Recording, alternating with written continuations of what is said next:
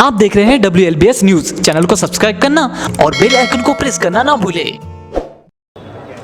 और एक बात कहना चाहता हूं कि आज कोई चुनाव का अवसर नहीं है, आज कोई चुनाव नहीं है, लेकिन ये मंच लगाने की आवश्यकता क्यों पड़ी, ये बात हमको समझनी पड़ी कि आज मंच लगा के समस्त वरिष्ठ नेतागण इस तपती धूप में आपके नेतृत्व में, आप सब लोगों के नेतृत्व में यहां पर उपस्थित हैं। और ये मंच क्यों लगा है, इस महत्व को हमको और आपको सबको समझना पड़ेगा। बड़ी आशा से हम सब लोगों ने मिलकर दिल्ली की सरकार बनाई थी।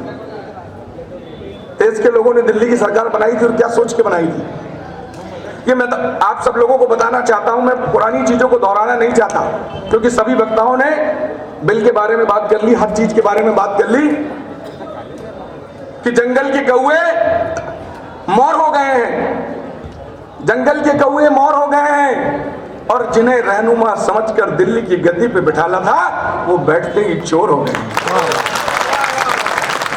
देखो यारो, सौसर का आलम, पांडुरना का आलम, छिंदवाड़ा का आलम, भोपाल का आलम, सचिव से लेके PS से लेके CS से लेके कलेक्टर से लेके SDM से लेके तहसीलदार से लेके ऑफिसों के चपरासी तक रिश्वतखोर हो गए। इस रिश्वतखोरी को मिटाने के लिए और किसानों के ऊपर जो अन्याय और अत्याचार हो रहा है उसके खिलाफ आज हम सब लोगों को पंडाल लगाने की आवश्यकता पड़ी। ये अंदर आपको समझना पड़ेगा। एक पंडाल और लग रहे हैं हालों में, बड़े बड़े हाल में बीजेपी के लोग प्रशिक्षण शिविर लगा रहे हैं, बड़े बड़े लोग गाड़ी लेके गांव में जा रहे हैं और किसान बिल के फायदे बताने का प्रयास कर रहे हैं। ये अंतर आपको समझना पड़ेगा कि किसान बिल का अंतर जो बताने का वो प्रयास कर रहे हैं, उनकी पार्टी की एक ही संस्कृति है, झूठ बोलो, जोर से बोलो और बार बार बोलो। वो गांव में जा जाके ये तीनों चीज का प्रचार कर रहे हैं, अंतर बता रहे हैं, बताने का प्रयास कर रहे हैं कि किसान बिल कितने फायदे का है। बताना चाहिए कि जब कमलनाथ जी की सरकार थी तो हमने 1865 रुपए में मका बेचा था और आज 900 में बेच रहे हैं। तो ये बता रहे हैं कि नहीं बता रहे हैं, ये पता करो। बता रहे हैं या नहीं बता रहे हैं, ये पता करो। बिजली के बिल जो हमने आधे किए थे, TC के पैसे जो हमने आधे किए थे, आज पूरे लगने लगे हैं। ये अंतर बता रहे हैं कि नहीं बता रहे, ये पता करो। ये अंतर आपको हमको सबको समझना पड़ेगा कि कमलनाथ जी की सरकार ने किसानों के लिए कितने काम किए थे। और आज ये जो अंतर बताने जा रहे हैं, किसान बिल समझाने जा रहे हैं, तो ये क्या बता रहे हैं, ये बात आपको समझनी पड़ेगी। भारतीय जनता पार्टी के बहरूपियों से हमें सावधान रहने की आवश्यकता है। ये जो खाकी वर्दी यहाँ पर घेर के खड़ी, इनसे डरने की आवश्यकता नहीं है। भारतीय जनता पार्टी के लोगों के पास कोई भी असली सील ठप्पे वाले आदमी नहीं है, वो इधर बैठे हैं।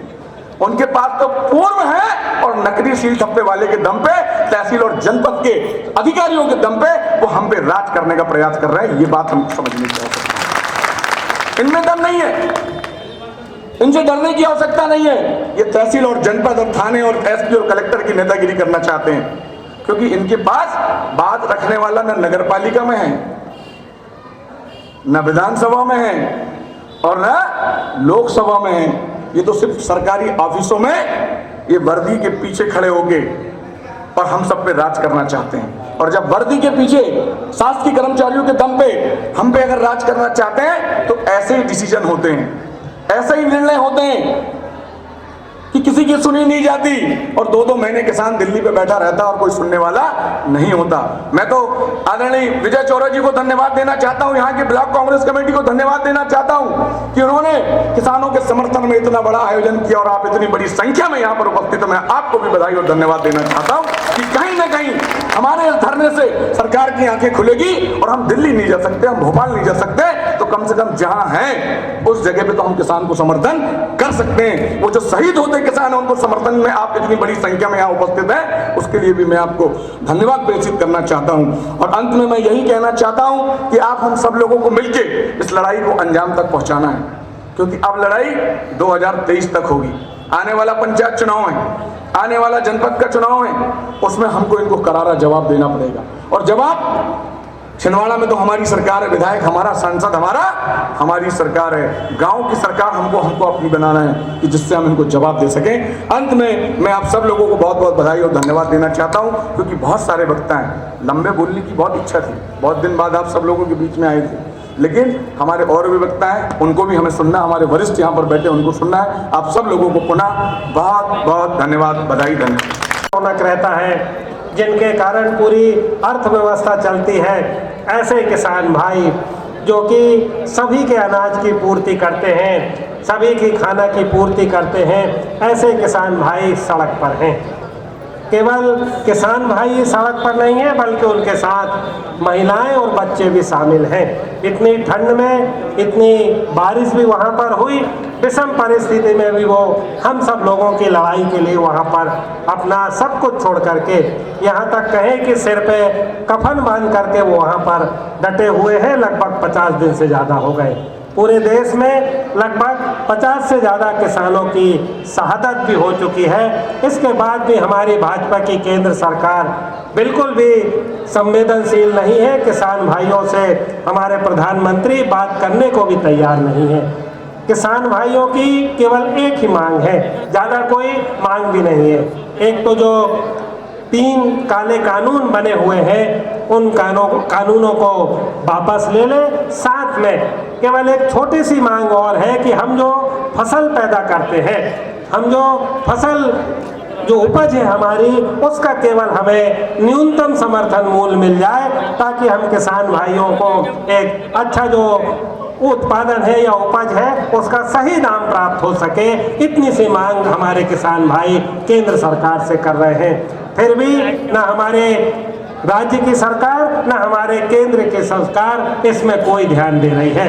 यहाँ तक कि हमारे मध्य प्रदेश के मुख्यमंत्री शिवराज सिंह चौहान जी का कहना है कि मध्य प्रदेश में किसान भाइयों को कोई फर्क नहीं है, जो बिल आ रहे हैं उससे किसान भाई खुश हैं। इसी को देखते हुए हमारे पूर्व मुख्यमंत्री माननीय कमलनाथ जी ने योजना बनाई कि हम किसान भाइयों के बीच में जाएं, एक आंदोलन करें, किसान भाइयों के माध्यम से हमारी आवाज़ पूरे प्रदेश में और पूरे देश में पहुंचाए। इसी को देखते हुए आज सौसर में इतना बड़ा किसान आंदोलन खड़ा हुआ है। मैं किसान भाइयों को कहना चाहता हूं, जब 2 साल पहले माननीय कमलनाथ जी के नेतृत्व में कांग्रेस की सरकार बनी, तो चूंकि मैं चौराई विधानसभा किसानों के ऊपर इनने थोपा है, इसको विरोध को लेकर आज भी देश का किसान सड़क पर है। मेरा आपसे निवेदन है कि हमारे देश का किसान खून पसीना बहाकर अन्न उगाता है। जिस दिन ये किसान घर में बैठ जाएगा, उस दिन हमारा देश भूखा मर जाएगा।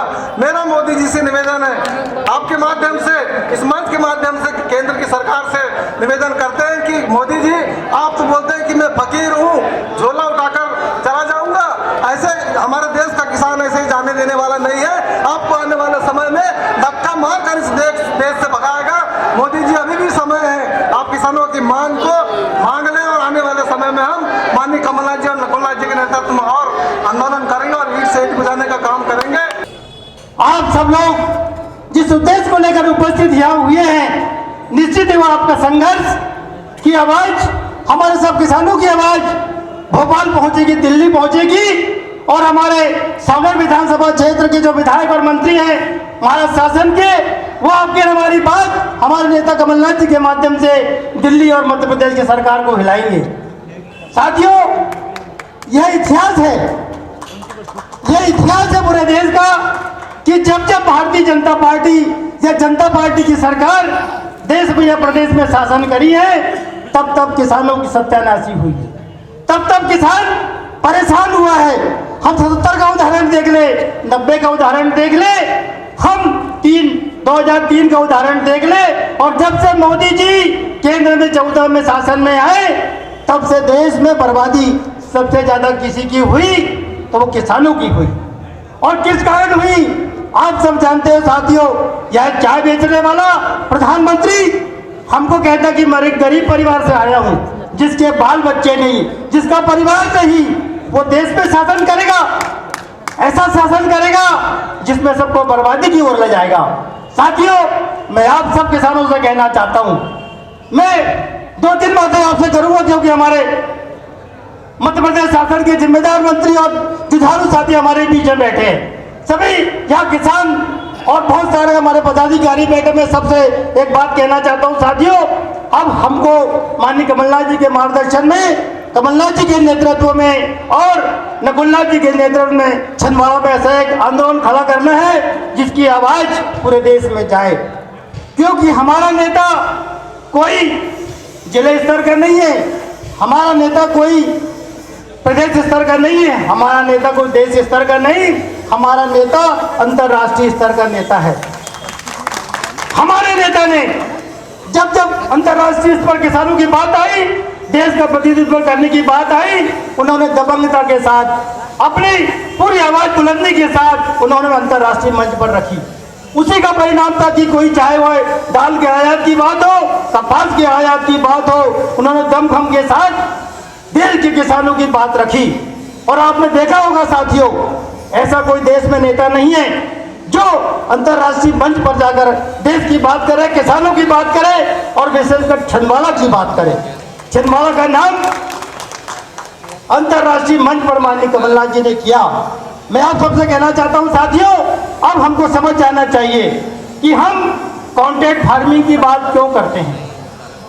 मोदी जी कॉन्ट्रैक्ट फार्मिंग की बात क्यों करते हैं, 3 काले कानून क्यों लाए हैं। हम किसान हैं, हम सब्जी की खेती करते हैं, यहाँ के किसान संतरे की खेती करते हैं, कोई कपास की खेती करता है, हमसे कॉन्ट्रैक्ट करेंगे। हम आलू लगाते हैं, हमसे कॉन्ट्रैक्ट करते हैं पेप्सी कंपनी वाले, हमसे आलू लेते हैं, हमको बीज देते हैं 30 रुपए किलो, 35 रुपए किलो, 40 रुपए किलो, और हमसे आलू खरीदते हैं 12 रुपए किलो, 15 रुपए किलो, और वही आलू चिप्स बनाकर बेची जाती है 400 रुपए किलो। कितने? 400 रुपए किलो। इसलिए मोदी जी कॉन्ट्रैक्ट फार्मिंग की बात करते हैं। वही संतरे की बात है, संतरे में आप देख लीजिए, जब किसानों का संतरा आया तो व्यापारियों ने एक समूह बना लिया, किसानों का संतरा खत्म हुआ, संतरे के रेट बढ़ गए। क्यों ऐसा होता है, यह बात हमको समझने की आवश्यकता है। हम इस बात को अच्छी तरह समझ लें, हमारी मांग है शासन से, हमारी मांग है निकम्मे प्रधानमंत्री मोदी जी से, और कृषि मंत्री से हमारी मांग है, जो मध्य प्रदेश की माटी में पैदा हुआ, चंबल में डकैत बनकर वह आज देश का कृषि मंत्री बना है, नरेंद्र सिंह तोमर जी। हम आपसे मांग करते हैं, आपको धिक्कार है, आपको चुल्लू भर पानी में डूब के मर जाना चाहिए कि आप मध्य प्रदेश के कृषि मंत्री हैं। मध्य प्रदेश के किसानों की हालत क्या हुई आप अच्छे से जानते हैं। यदि जब हमारे नेता, चाहे वह परिवहन मंत्री रहे हो, चाहे वह नगरीय प्रशासन मंत्री रहे हो, चाहे वह वाणिज्य मंत्री रहे हो, उद्योग मंत्री रहे हो, उन्होंने देश में हर किसान के बारे में कौन सी योजना आ सकती है उसकी योजना बनाई। नगर पालिका, नगर निगम में जो फंड देने की बात आई, उन्होंने सबसे पहले छिंदवाड़ा को दिया, मध्य प्रदेश को दिया। और मैं आपसे अभी विश्वनाथ ओगटे जी बता रहे थे कि किस तरह से आलू की कीमत की स्थिति बनती है। आप आलू जो पैदा करेगा वो भूखे मरेगा, और जो चिप्स बना के बेचेगा व्यापार में वो अरबपति बनेगा। ये नीति है भारतीय जनता पार्टी की, केंद्र की सरकार की। यही हालत आप देखो क्या स्थिति हो रही है। हमारा गेहूं 15 रुपए किलो बिक रहा है, और रामदेव बाबा उसी को पैकिंग करा के 40 रुपए बेचता है। कौन फायदे में है? किसान फायदे में कि उद्योगपति फायदे में? ये स्थिति, ये तीनों कानून आने की बात होगी। जब ये कह रहे हैं कि हम कृषि उपज मंडी बंद नहीं करेंगे, परंतु निजी कृषि उपज मंडी बनाने का ये छूट दे रहे हैं। जब निजी कृषि उपज मंडी बन जाएगी और वो शुरुआत में काश्तकारों को थोड़ा सा ज़्यादा देगी, तो वो कहाँ जाएंगे? निजी मंडी में जाएंगे, सरकारी मंडी में नहीं जाएंगे। धीरे धीरे आपकी मंडियां बंद होती जाएंगी और एकाधिकार जो है उद्योगपतियों का हो जाएगा। और जब उद्योगपतियों का हो जाएगा अधिकार, तो वो मनमानी कीमत पे आपसे खरीदेंगे। ये कह रहे हैं एमएसपी हम देंगे, परंतु अभी आप एमएसपी तो मध्य प्रदेश में भी लागू है। मक्का क्या एमएसपी के भाव से खरीदा जा रहा है? कोई खरीदा नहीं जा रहा है। ये कानूनन कोई गारंटी देने को तैयार नहीं है। ये स्थिति कॉन्ट्रैक्ट फार्मिंग की भी है कि आप जब वो बोलते हैं कि काश्तकार जो है अपनी जमीन, अपना जो फसल है वो किसी भी जाकर के कहीं भी किसी को भी बेच सकता है। अब आप बताइए कि आप यहाँ 2 एकड़ के और 5 एकड़ के भी काश्तकार बैठे हैं, या क्या नागपुर जाके अपना सामान बेचेंगे, अपनी उपज बेचेंगे? क्या ये संभव है? क्या ये सिर्फ बेवकूफ़ बनाने की बात है? तो मैं आप सबसे कहना चाहता हूँ कि ये जो कानून है ये काश्तकारों के खिलाफ है, और इसलिए माननीय कमलनाथ जी जो हमारे प्रदेश के अध्यक्ष हैं, उनके निर्देश पर पूरे मध्य प्रदेश में इस कानून का विरोध हो रहा है। मैं आप सब लोग यहाँ बहुत भारी संख्या में उपस्थित हुए, मैं आपका बहुत बहुत आभार व्यक्त करता हूँ, और आदरणीय केदारनाथ जी को, वो हमारे सुनील केदार जी को आमंत्रित करता हूँ कि वो कृपया आएँ और सभा को संबोधित करें।